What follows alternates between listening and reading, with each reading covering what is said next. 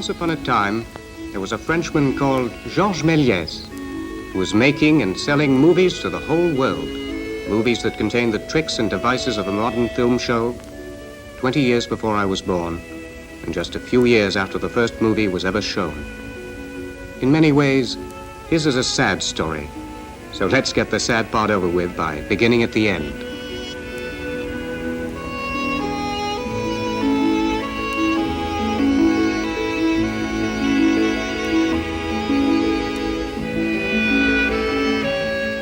This home is where Melies spent the last few years of his life.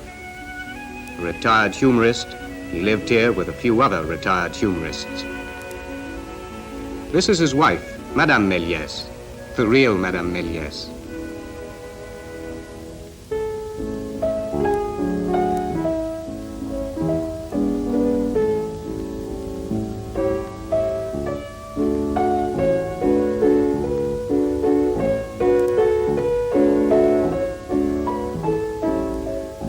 And this is Monsieur Melies, the real Monsieur Melies, almost. He's played by his son. Melies composed this little waltz for her, many years ago. I see me in your eyes when we're alone. My love much deeper lies. You are my own. The cares and scares and strife of life can never touch us. You are my wife. The movie business is one of the best ways of losing your shirt that has ever been invented. After years of success as a producer and director of wonderful films, this is all that is left to the man of whom W.D. Griffith once said, "I owe him everything."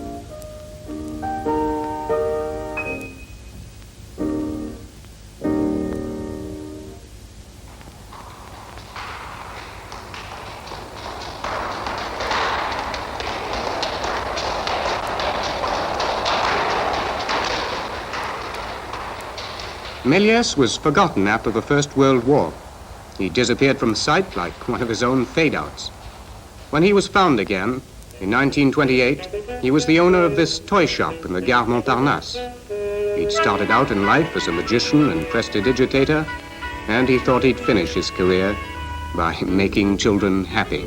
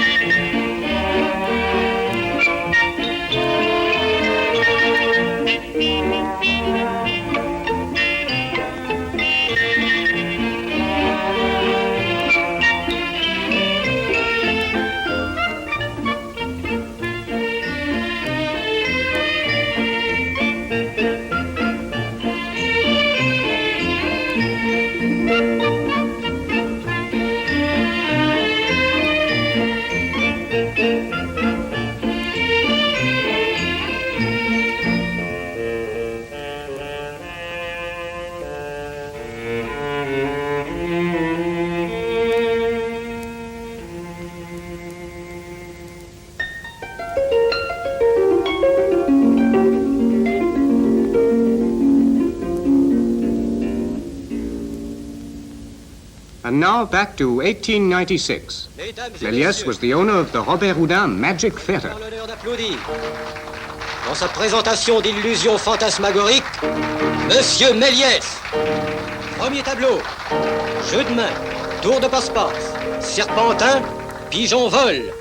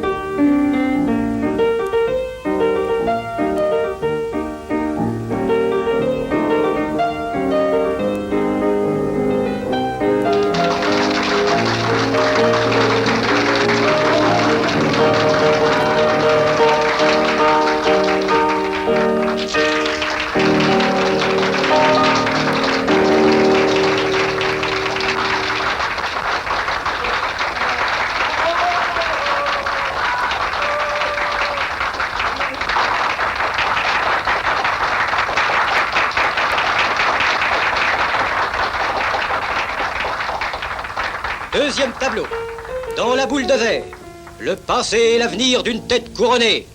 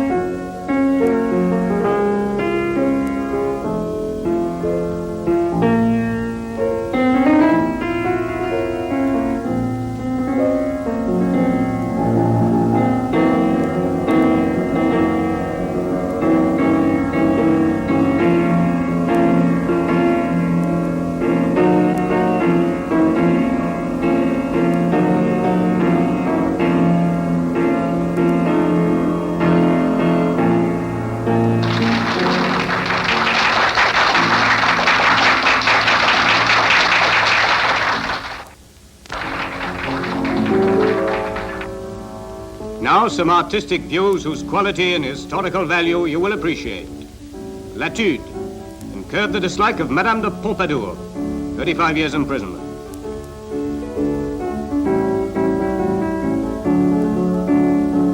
These slides were the first steps towards the art of movie showmanship which Melies was about to create. Napoleon to deaf and dying grenadier, soldier, you have done well. No answer. Views of sheiks in Africa. Valentino is not yet among them.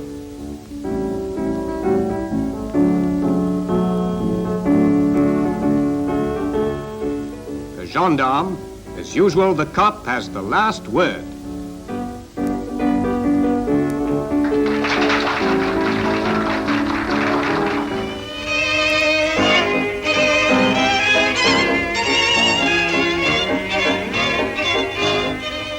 Melies was a true Parisian boulevardier. One evening in 1896, as he was walking down the boulevards, he was struck by a poster that announced the first performance of the Louis Lumière cinema show. This was 10 years before the time of even the American Nickelodeon.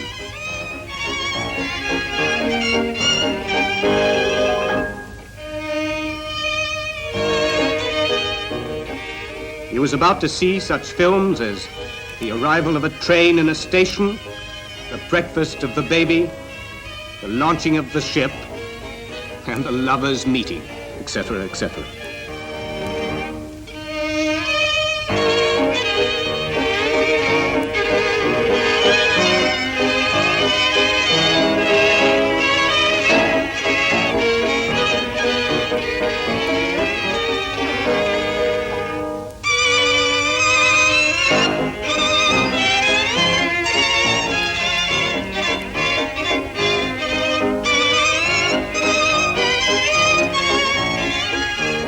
Impressed by the possibilities of this new art, he tried to buy one of Lumière's machines, which at the time were both camera and projector.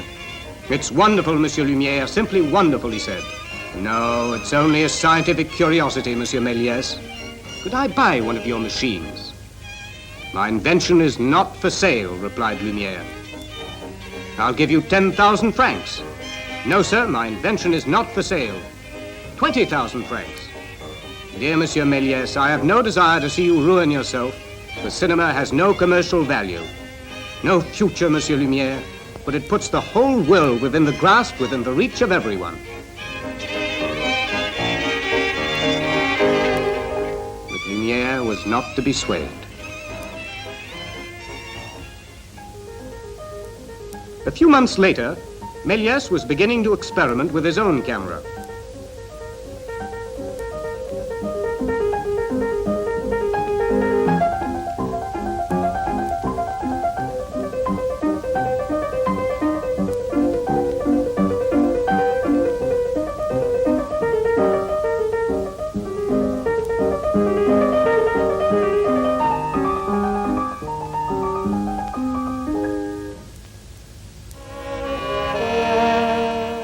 First, he filmed scenes in which his talent as a magician could be employed, making sure that the camera could see only what he wanted it to see.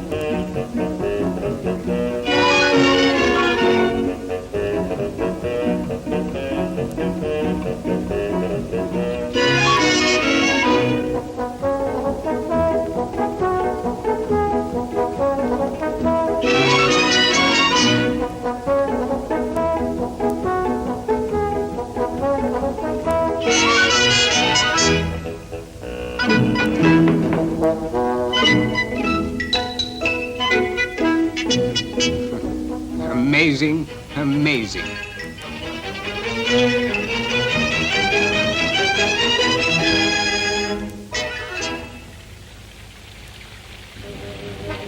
But unlike the postman, practically anything stops the cameraman in the accomplishment of his rounds. In this case, rain.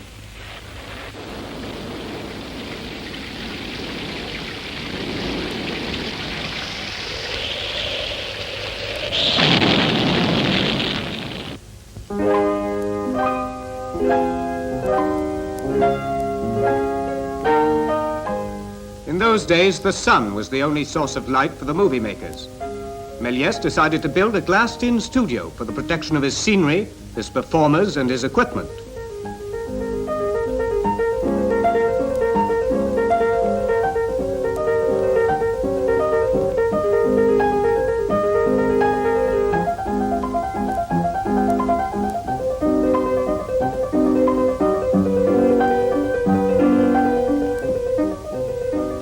rear of the studio was a stage, and the camera was fixed at the front, near the wall.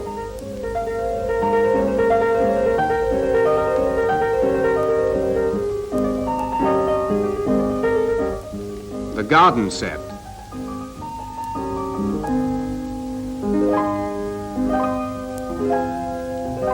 The boudoir of the princess. Previous to this, all movies had been shot realistically, outdoors, catching life in the raw.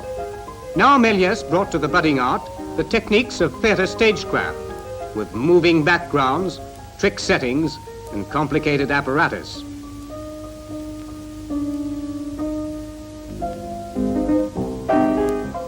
One day in front of the opera, his film stuck momentarily in the camera. When it started again, a hearse had replaced the bus he was filming, and at the projection, it appeared as if by magic. Thus, by chance, Méliès discovered one of the basic gimmicks of trick photography.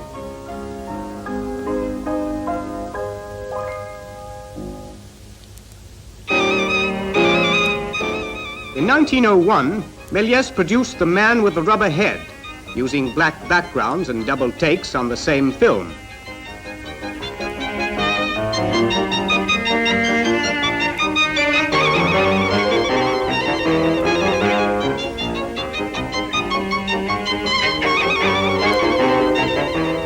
In the first take, Méliès moves forward on the dolly. His head, seen against the black background, seems to get bigger.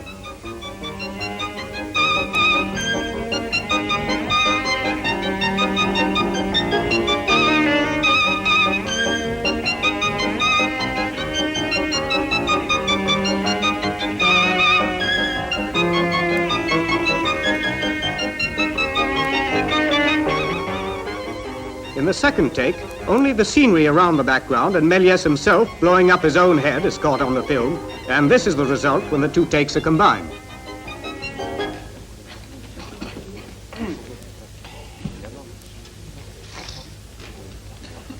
Méliès used his own Robert Houdin theatre to show his films.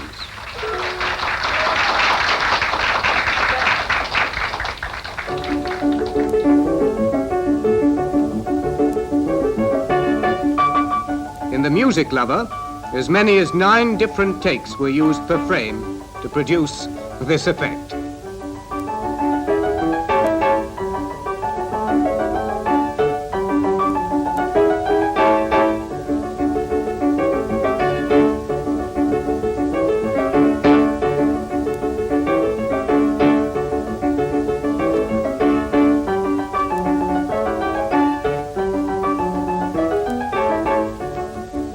Many of the secrets of Méliès have died with him. Like many magicians, he didn't want to give away his whole bag of tricks.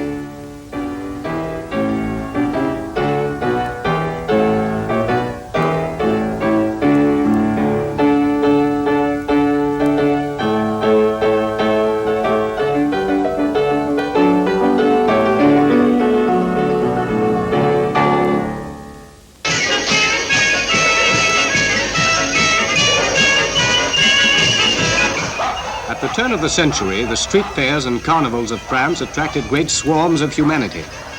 Méliès thought that he would find there a new source of spectators for the large number of films he was now producing.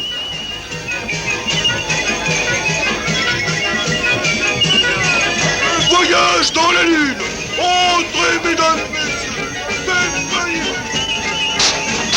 Entrez par ici, entrez, mesdames, messieurs! N'hésitons pas! Entrez, mesdames, messieurs! Entrez! Magnifique! La réussite, mesdames, messieurs! Aujourd'hui... But the public was skeptical. How could anyone present a trip to the moon?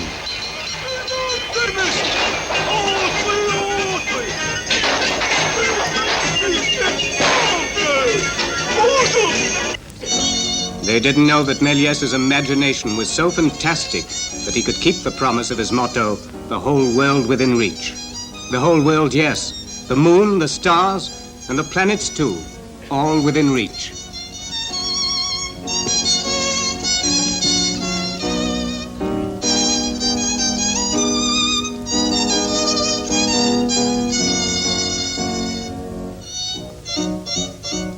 But for the owner of the tent, The whole venture was strictly speculation. He wanted proof, and only the public can judge the value of a show.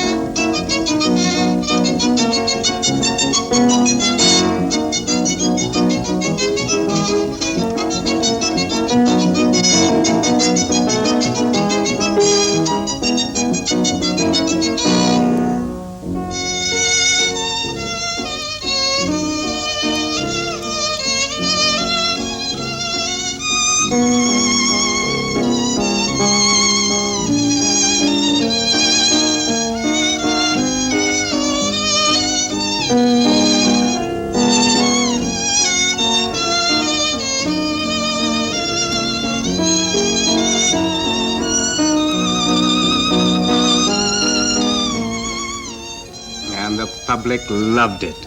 It was delighted like a child with a new toy.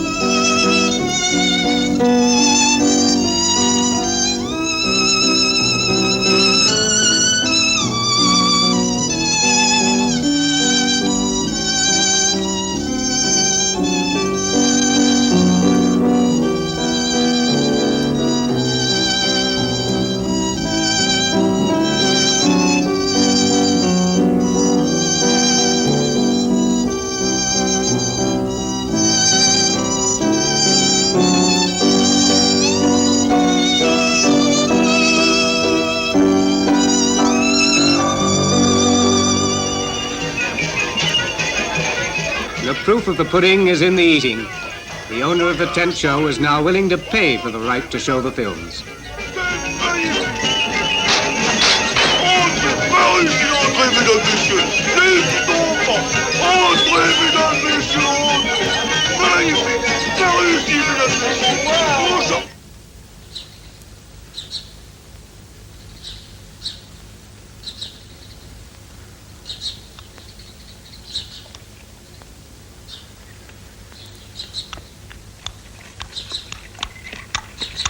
But Melies, the businessman, was not up to Melies, the artist, and the taste of success was soon to turn to ashes. But not before he was able to produce some more masterpieces, like the 400 Tricks of the Devil.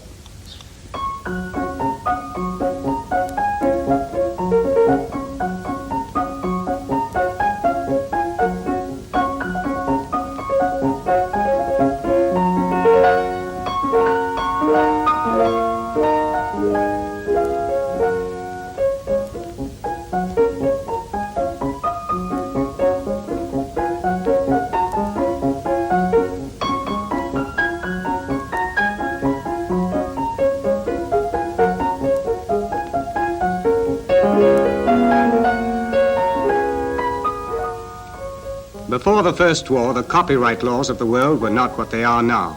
This film, like many of his others, was copied and exploited by the rivals of Méliès with no financial return to its creator.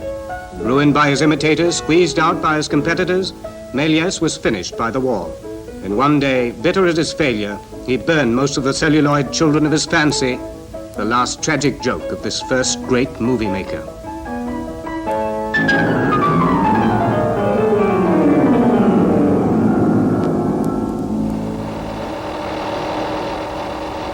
And now, our story ends once more, and we're almost back at the beginning, at the Gare Montparnasse. Madame Méliès is now 90 years old. Georges died in 1938, in the retreat for retired humorists where we first saw him 20 minutes ago. The little toy shop where he lived so many years with his tricks and his children has become a flower shop. And every once in a while, Madame Méliès comes here to remember and to buy a bunch of flowers for George. He used to love flowers so.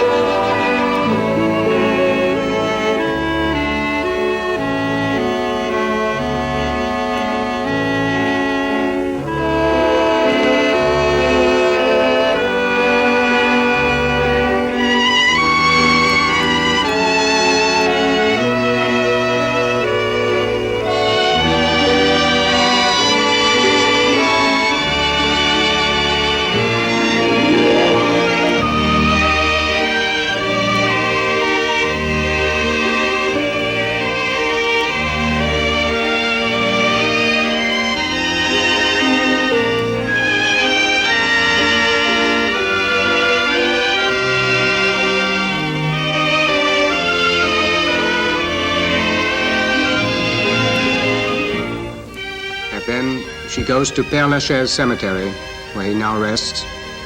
He never cared much for cemeteries. He didn't think they were in keeping with his style, his fancy, but he loved flowers so.